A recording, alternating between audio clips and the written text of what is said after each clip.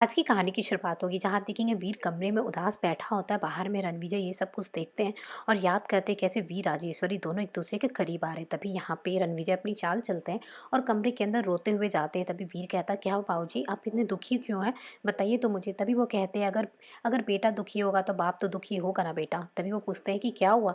तभी रणविजय बताते हैं कि मैं ये कहना चाह रहा था कि रानी अब इस घर में कभी वापस नहीं आएगी बेटे। तभी वहाँ पे वीर ये बात सुनकर चौंक जाता है और कहता है, बाबूजी आप ये क्या कह रहे हैं। तभी वो कहती है, बिल्कुल सच बात है, मुझे आपको पहले बता देनी चाहिए थी, पर मैंने आपको ये बात पहले इसलिए नहीं बताई क्योंकि मैं नहीं चाहता था कि तुम दुखी हो। लेकिन अब ये बात बताने का टाइम आ गया है, क्योंकि रानी के साथ आज तक जितने भी हमले हुए हैं, जितने भी जानलेवा हमले, वो सब और सब बस राजेश्वरी के कारण हुए हैं। ये सब सुनकर वीर चौंक जाता है और कहता है, बाबूजी आप ये क्या कह रहे हैं। तभी वो कहता है, इसीलिए रानी इस घर को छोड़कर चली गई है। अब वो इस घर में नहीं रहना चाहती, यहाँ कभी वापस नहीं आएगी। तभी वीर को लगता है, लेकिन रानी तो मुझसे बात की थी और वो मुझसे अच्छे से बात की थी। तभी वीर को याद आता, रानी ने ये बात किसी से भी कहने से मना किया। तभी वीर ये बात उनसे नहीं कहता है और उसके बाद वीर कहता है कि ठीक है बाबूजी, मैं रानी से बात करने की कोशिश करूंगा। और तभी देखेंगे वहां से रणविजय चले जाते हैं और यहाँ बहुत खुश होता है कि अब वीर राजेश्वरी से दूर हो जाएगा, उससे बात नहीं करेगा। तभी आप देखेंगे कि यहाँ पे वीर जो है बार बार रानी को फ़ोन करता है, पर रानी नहीं उठा पाती क्योंकि रानी यहाँ राजेश्वरी के साथ उसके कमरे में होती है। तभी लगता है रानी को कोई ज़रूरी काम होगा, तभी इतना ज़्यादा फ़ोन कर रहा है वीर। तभी रानी वहाँ से सोचती है कैसे बाहर निकलूँ और ये फ़ोन उठाऊँ। तभी राजेश्वरी को बहाना बनाती है और कहती मैं अभी आती हूँ, और जाके छुप कर वीर से बात करती है। तभी वीर कहता है कि रानी आप फ़ोन क्यों नहीं उठा रही, इतना देर से मैं आपको फ़ोन कर रहा हूँ। और वीर वहाँ पे रानी को शर्त रखता है और कहता है, रानी आपको मुझसे मिलना पड़ेगा 7 बजे। तभी रानी कहती है, अब क्या करें डॉक्टर साहब, मुझे बहुत ज़रूरी काम है, मेरा वाइवा है, मेरा प्रोजेक्ट है, मैं कैसे मिल सकती हूँ। वीर लेकिन एक बात नहीं सुनता और रानी से कहता है मिलने के लिए।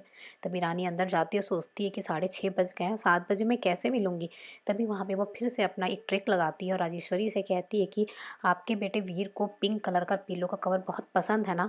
ये सारी बातें कहती है और पिंक पिलो कवर लाने की बात कह देती है। यहाँ पे देखेंगे रानी जो है पिंक पिलो कवर लाने का बात करके वहाँ से निकल जाती है।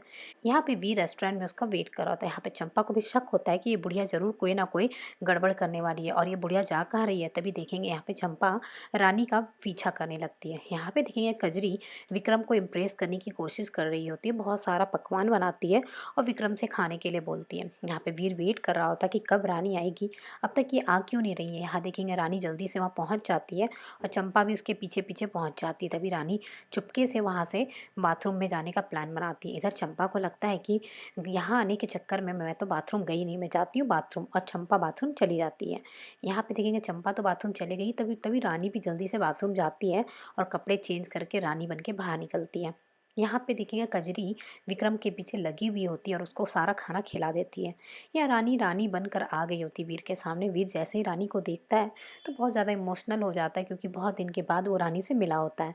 तभी रानी भी वीर को देखती है, दोनों एक दूसरे को गले लगाते हैं और फिर वीर रानी से बात करता है और रानी से कहता है, अब मैं आपको कहीं जाने नहीं दूंगा रानी, चलिए घर। तभी रानी कहती है कि नहीं डॉक्टर साहब, मुझे मेरा काम करने दीजिए, उसके बाद मैं ज़रूर वापस आऊँगी। लेकिन वीर नहीं मान रहा होता और रानी किसी तरह से मना रही होती है। इधर देखेंगे राजेश्वरी का मिस कॉल आने लगता है। तभी वहाँ पे रानी को लगता है कि रानी साहब फ़ोन कर रही है, अब मुझे जल्दी से देवी बनना पड़ेगा क्योंकि मेरे पास बिल्कुल टाइम नहीं है। तभी कहती है, डॉक्टर साहब मैं बाद में आपसे मिलने के लिए आऊँगी, अभी मुझे जाने दीजिए। फिर वीर कहता है कि ठीक है रानी जाइए। रानी जाने लगती है वहाँ से। तभी वहाँ पे वो जाती है जल्दी से बाथरूम में, फिर से अपने कपड़े चेंज करती है और फिर से वो वहाँ पे देवी बन जाती है। यहाँ पे देखेंगे कजरी विक्रम को परेशान कर रही होती है और घुमाने के लिए बोल रही होती है। रानी जल्दी से यहाँ देवी बन के निकल जाती है और जल्दी जल्दी वो घर पहुँच जाती है। लेकिन जैसे ही आईने में देखती है तो देखकर चौंक जाती है कि उसने तो अपने बाल ही चेंज नहीं किए और उसकी बुढ़िया वाला बाल तो छूट गया। या रानी साहब बार बार देवी देवी चिल्ला रही होती है, पर उसे समझ नहीं आ रहा था मैं सामने जाऊँ तो कैसे जाऊँ, बहुत ज़्यादा नर्वस हो गई होती है। तभी राजेश्वरी जैसे ही उनको देखती है और देखकर चौंक जाती है।